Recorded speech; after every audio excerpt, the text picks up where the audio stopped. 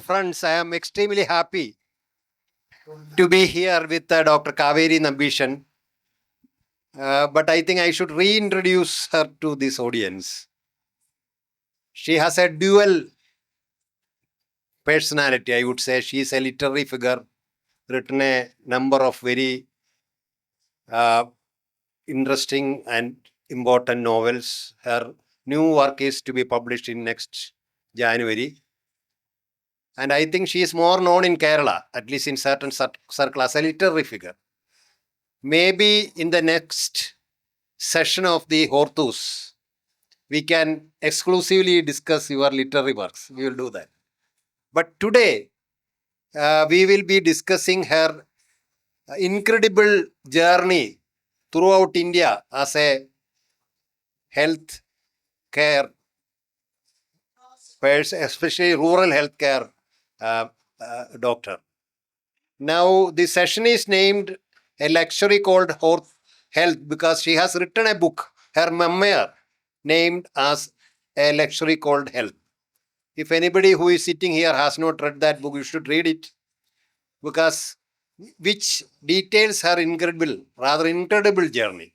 Because she was trained in one of the prestigious medical colleges in India, the St. John's Medical College in Bangalore. And later she went to UK and got trained as a surgeon. And then came back and started doing rural practice starting from Bihar. Then she moved on to UP, then her own state, Karnataka, and in between, she had a stint of experience in Kerala also, in Idukki district. So that is her incredible journey.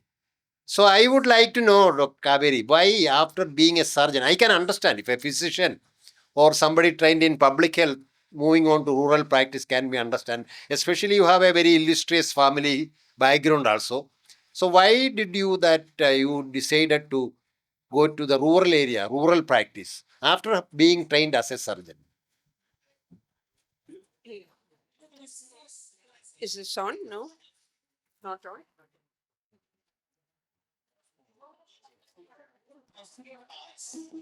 Yeah. Actually, I had no intention originally of doing rural practice.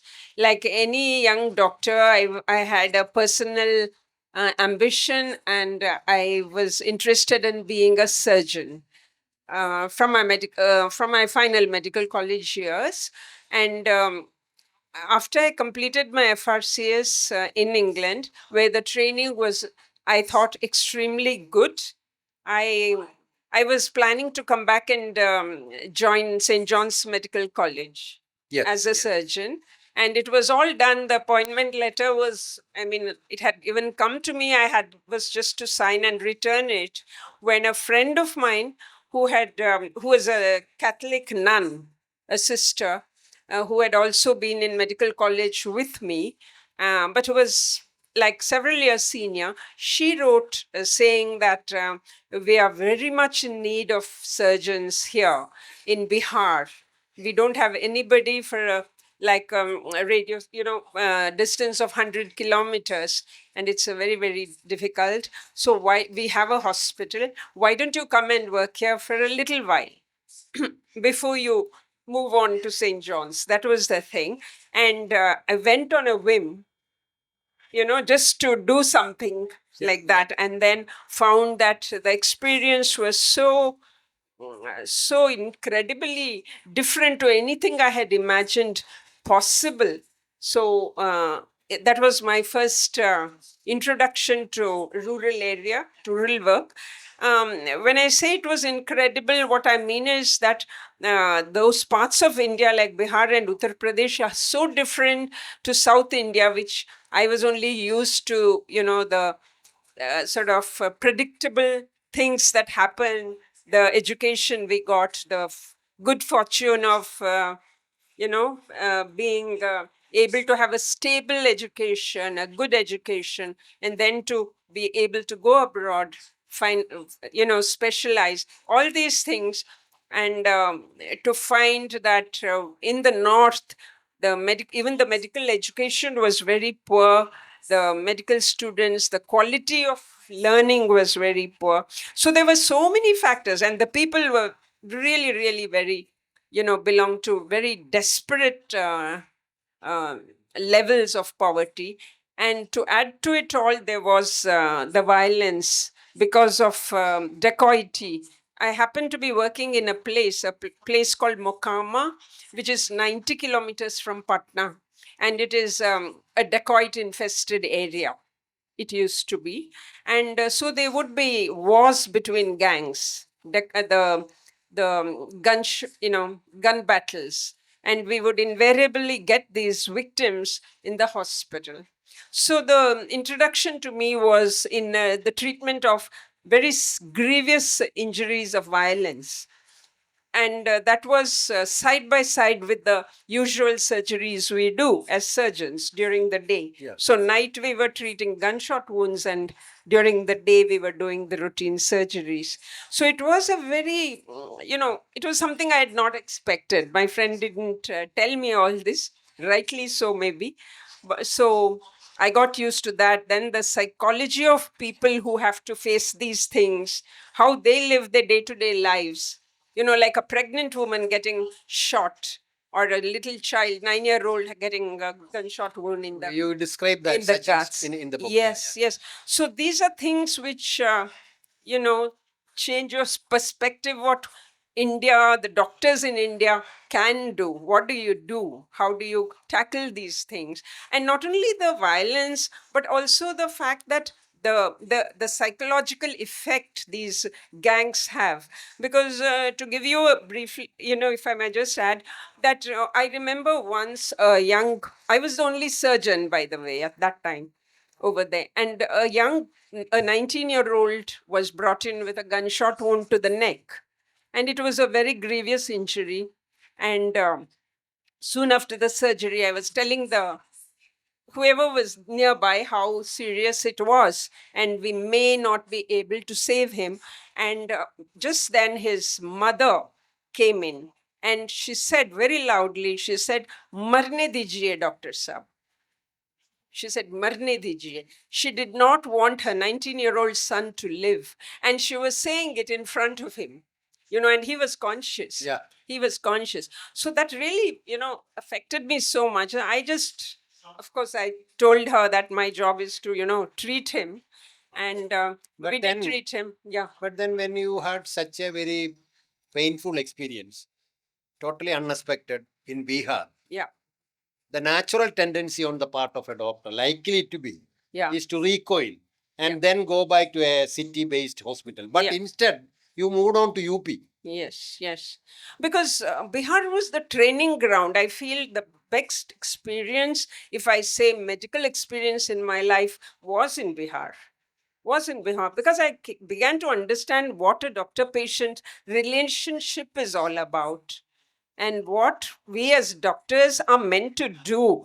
I mean, I was I was well versed in doing well in studies, getting high grades, and sort of more or less set for a good career. May I But- read a sentence from your Yeah. book, which I was very interesting. You said that the years in college had done nothing to make me feel for the suffering of humanity. And then you go on to say that the Chennai slum taught me more than a year's worth of lectures on community health at medical college. Yes. That was again about another situation where I happened to, I wanted to actually, I was very curious about what happens in a slum, because we knew what diseases, what problems were there, but we really didn't know the inside of slums. And so I convinced my husband, I convinced Vijay that we'll go one day. And so through the Hindu, my husband used to work for the Hindu, a newspaper, as a journalist. Incidentally, Mr. Vijay Nambisan belongs to Trichur, but he died because of his illness. So therefore, you can be called the foster daughter of Kerala also. Yes, yes. Yeah. So we went to a slum, and it was like built on the banks of the Kuam River. It was there, and it was a slum of about, maybe it was a small slum, by today's standards, but it was about maybe 130 houses or so. And the type of life, the type of things that happened there, and they were, the patients said that we are not, when I said I'm a doctor, very, I thought everybody will be nice to me because I'm a doctor. They said, we don't want doctors. They said, they're like the mosquitoes here. They're all, they pointed out, they said there are all doctors sitting in clinics just in front of us. And all they do is they give us medicines and send us away. And they take a lot of money. We lose a day's work. And again, we are bitten by the mosquitoes. We are, we get sores because of the filthy water, and we have to go back to them. So they were very unconvinced that doctors could help them. And just seeing the grimness of their lives, and yet the sort of the fierce strength they had to fight it. Yeah, that was a big experience. Have these conditions changed over the course of time? Now, if you look at the statistics, say the longevity has increased, the infant mortality rate have come down, maternal mortality rate has come down. What do you think about the present health situation in India? See, the present health situation, I think, is quite grim. I don't think it is all that good at all, because perhaps about 5 to 10% of the population to which all of us belong are able to afford good health. There is a certain number who can somehow fight their way through and get a decent health because they've got insurance coverage, Yeah. or they work for some companies, or they have the benefits of healthcare. But otherwise, because it has become increasingly privatized, health Yeah. has become increasingly privatized, and very few can afford the high level. So you want Basically, the healthcare is dominated by corporates itself. corporate. And moreover, many of the hospitals you have what are philanthropic, non-profit, Yes. Small, medium-sized hospital. Yes. Most of them are getting closed down, even in Kerala. Yes. So there is a virtual corporate takeover. And that is the fault of the people as well. I think the public is as much as to blame for the state of the healthcare, because we have this, somehow we are enamored by the glamour of the hospital, and we begin to judge the doctors by the merit of their clinics and how posh and outwardly how good it looks, or maybe the degrees even, and we don't think of what primary health care is being denied to us unless we go to a corporate. It's ridiculous that if you have a cough or a fever or something fairly basic, you have to go into a hospital. Why don't you should really have a general practitioner treating.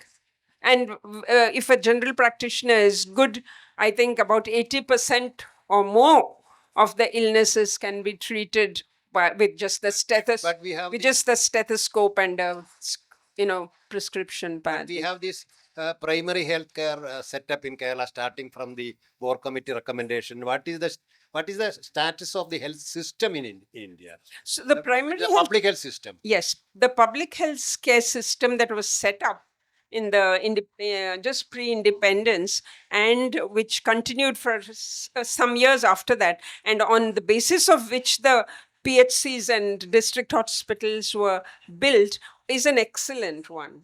It is an excellent one, and I feel if we had sort of sustained it with a lack of corruption, malpractice, if we did not have the malpractice that goes with it in many parts of India, where the government health system is very corrupt. That is the only problem. If it wasn't for that, if the government health system as it was laid down was followed in the correct manner, it would have been an extremely good method. At the end of the book, Yes. after going through all this experience, you have outlined your philosophy, a philosophy for the better management of health system in India, wherein you quite often refer to the national health service system in UK. Yes. So is it possible to have something akin to NHS in India now? Because it may be difficult because of the overpowering presence of corporate hospital. But will it be possible to have an NHS model here? It's very possible. It's very possible, but you need a political will. You need the political will and determination to see it through. You know, that is the only thing. It's a very simple There system. was the Labour Party, Anurin Vivan, Yeah. Yes. Beverage Yes. Gender. Yeah. Exactly. There were people in the UK when they started the National Health Service. They had really good leaders, political leaders who understood the meaning of socialized welfare. Yeah. I mean, I believe in socialized welfare. You because think it is still possible in India? I think it's possible, but as I said, only if there is political will. Yes. Without that, I don't think. And then the doctors have to be brought in line with it, because doctors are, we are very. But They are in not. UK, though initially BMA opposed, later they joined with. Yes, yes. So- Because initially it was just a place where physicians did their own thing. Everybody was independent. And it was, I've heard old people say in England, they would have a little box in the house with coins, shillings and pence, yeah. kept for medical emergency. And they would have to stand in a queue because the general practitioners, the lines in their villages, wherever they were, was so long that you hardly got to see the doctor. They were that few and busy and inaccessible because of the not administered. There was no administration making sure where they worked. But the National Health Service made it possible for every village to have a center with doctors, a team of doctors. Now, what about the Ayushman Bharat insurance model? Which I'm- the government is. Yes, I'm a little skeptical again because until I see it work, I have seen the previous ones, in Karnataka, which came before this. In Karnataka, we did have insurance, and I was part of it because I was in charge of a hospital where we were asked, to take it on. But when I went through the government rules and regulations, and the way it was going to be done, it means a lot of paperwork for the doctors, a lot of administrative work.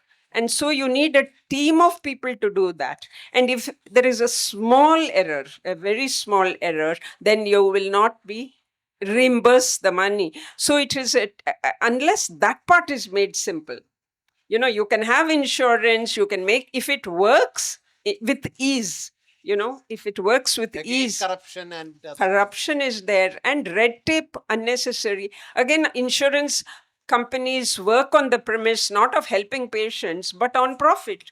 Insurance agencies are all based on profit, everybody. And so they will try to find loopholes so they do not have to pay you. Now, the criticism of the public health movements, people's health movements in India, with regards to Ayushman Bharat is that in insurance scheme also people seek treatment from the private hospital. Yes. So you are indirectly pumping the public money to the private into sector. private, yes. Now, why not you invest in public hospital itself? Itself. You're very, I think you're right. This is the valid criticism. Yes, I think that is a very valid point. Yeah. Put it into the public health care, And, not and it is in India, the latest figure is that even we don't spend even 1% of the GDP No. on health. Yes. It is now as low as 0.28% only. Very, very. And then now you pump the money to the private sector through Ayushman Bharat. Yes. This is our criticism. Yes, yes. So I'm very skeptical about it right now. Yes. Yeah. Yes. Now, maybe the audience want to ask you questions, but before that, I want to ask one thing. See, in your book, you have said that bedside manners is nothing but genuine concern towards the sick, without which of what use our knowledge and expertise. That is to say that there is a general feeling that with the technological overpowering of the medical field, there is a dehumanization taking place.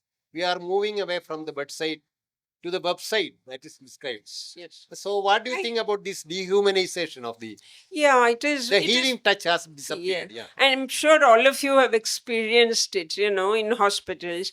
But particularly the people who feel that the most are the young children and the women, expecting women, and the very old, particularly the old people. They experience this sort of the lack of human touch from a doctor. It really affects them. And I see it in my own clinic because I run a clinic where I don't have I have no gadgets. I have a blood pressure cuff and a an oximeter and my stethoscope. I have basics. We have a very, very small lab which can do what is necessary, and a chemist shop nearby. So with this, I'm able to do all my work. I rarely ever need to send a patient for other tests, and I ask for scans only if it is absolutely necessary. A patient goes for a scan or even an X-ray. These are very rarely asked for. But I spend a lot of time with my patients. And even as a surgeon, I felt that the time we spend with them, it's not just that the doctor is helping the patient is also helping the doctor.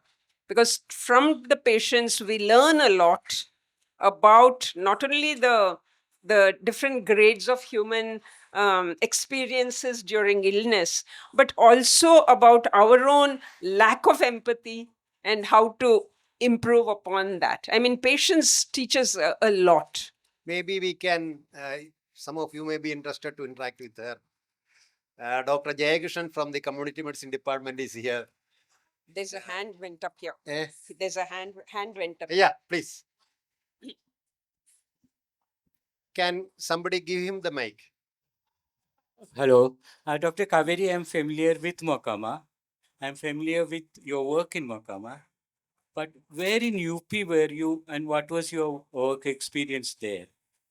And I happen to know both UP and Bihar, so Yeah.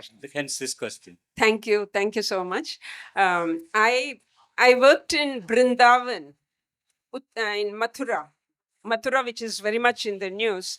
So I worked in Brindavan, which is 14 kilometers from Mathura's town.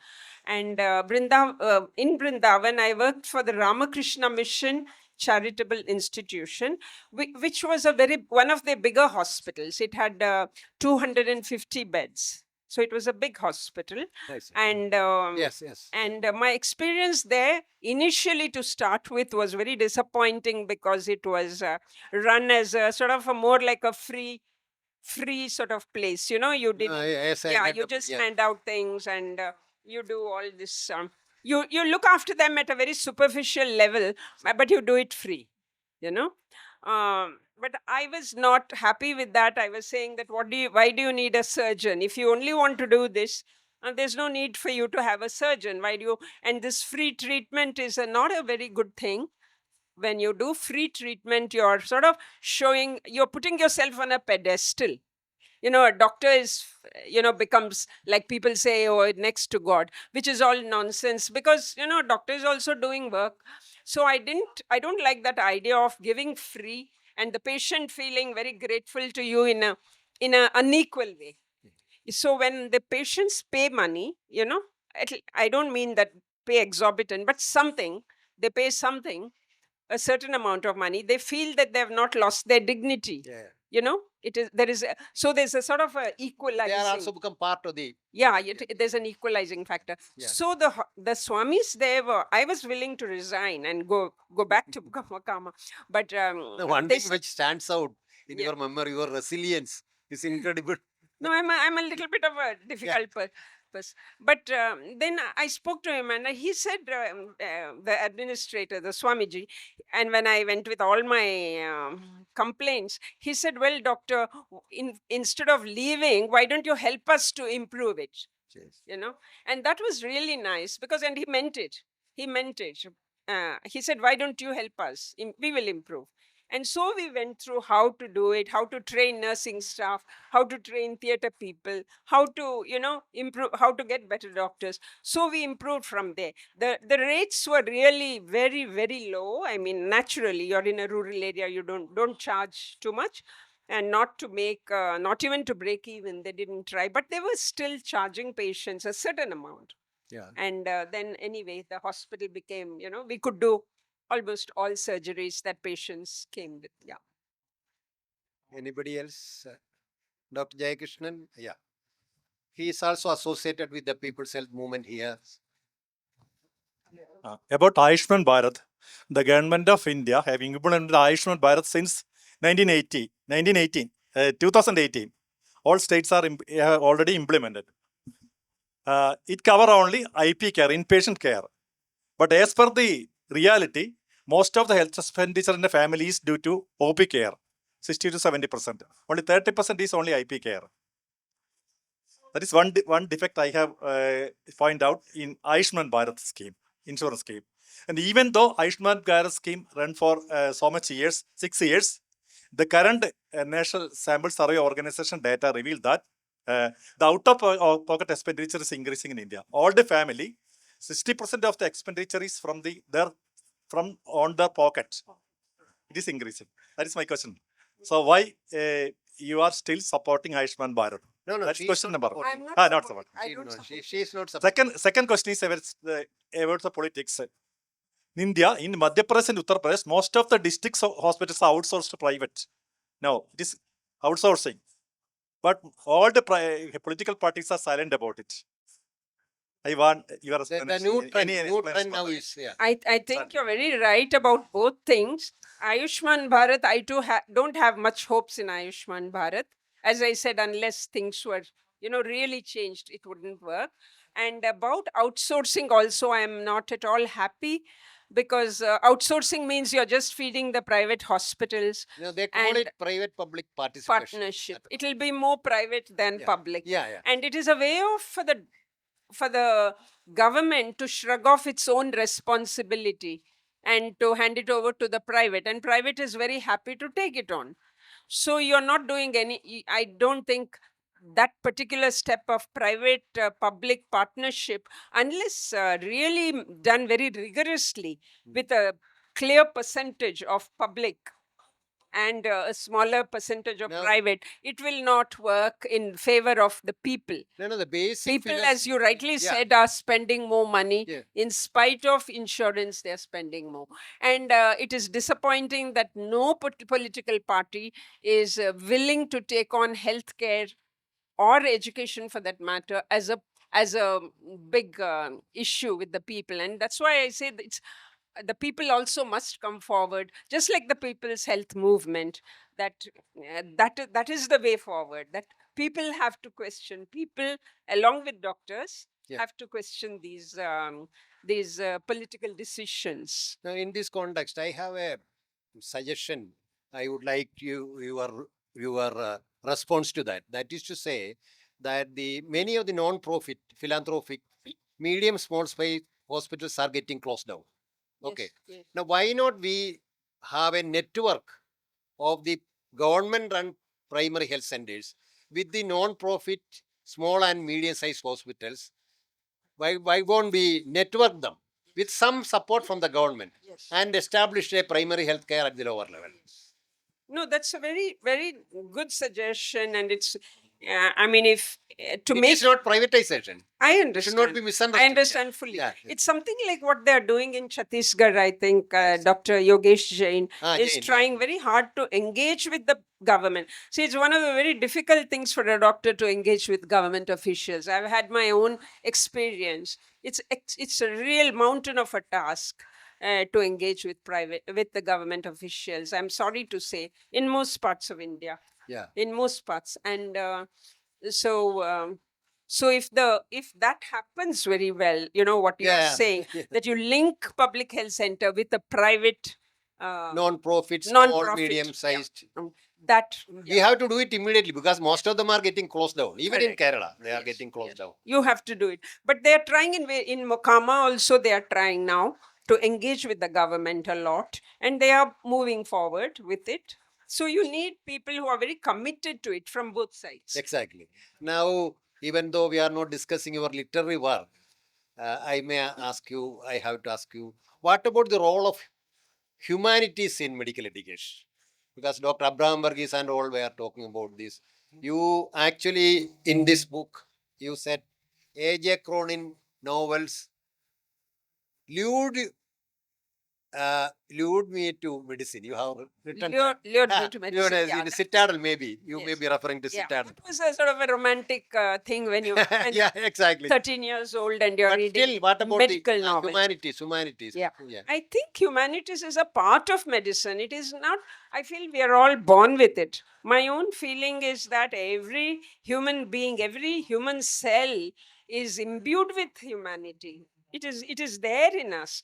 Only we don't realize it, and we we condition ourselves from as we grow on to suppress humanity rather than to allow it to bloom. Like if you were to see anybody, if they were to see a child coming across a speeding vehicle, your first instinct will be to go and grab that child. You know, that's your human reaction, that you want to save that child, isn't it? But then on the other side, people will now say that who is this child?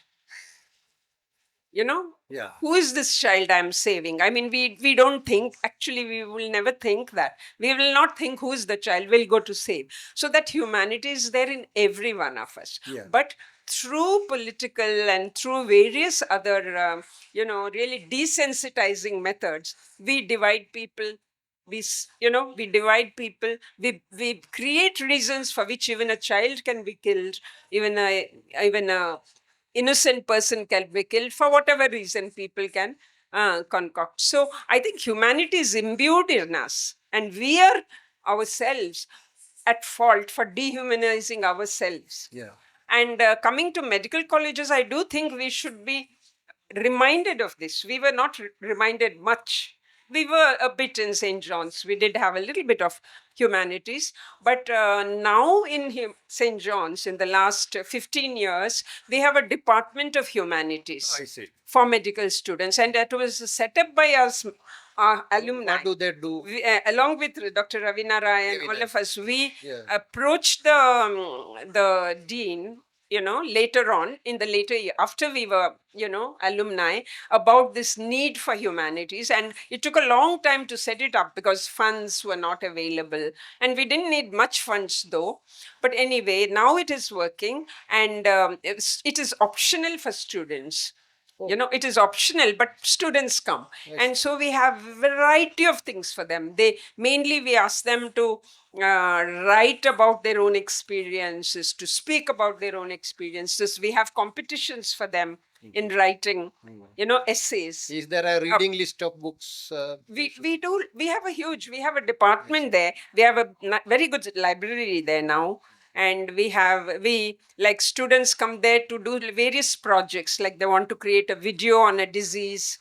They want to, there are students interested in using their creativity. So we encourage them to use their creativity. Apart from their medical college studies, this is just an outlet for them within the college to discover their inner selves and what makes them do things. I feel it's working very well. And we give, as of last year, we are giving a short residency fellowship of, I think, 1 month, when a student can spend 1 month off from their work. And sorry, it's not so much for students as young doctors there. Young doctors and medical people to come and spend 1 month doing their own projects. I see. Humanitarian project, humanities. I think in the humanities departments, her book, a lecture called Health Should Be an Essential Reading Material. Yeah, please.